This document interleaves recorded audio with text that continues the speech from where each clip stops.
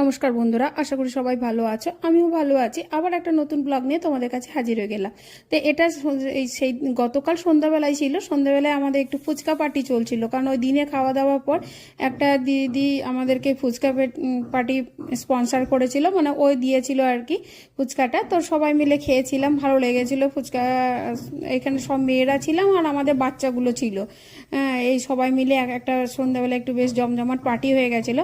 আর এটা নেক্সট দিন সকালবেলায় ছেলে একটু কফি বানিয়ে নিয়েছে, সেটাই তোমাদের কাছে শেয়ার করলাম। যে ওরা হলো নতুন প্রজন্মের নতুন মানে অন্যরকম একটা মানে মেন্টালিটির মানুষ। ওদের কাছে একটু যা খাবো সেটা খুব সুন্দর করে করতে হবে, কারণ আমরা সাধারণত ন্যাচারালি কফি ওই দুধ দিয়ে একটু কফি দিয়ে দিলাম, চিনি দিয়ে দিলাম, হয়ে যায়। ওদের হবে না, কফির সাথে অনেক কিছু মিশাতে হবে, তারপরে সেটাকে ব্লেন্ড করতে হবে।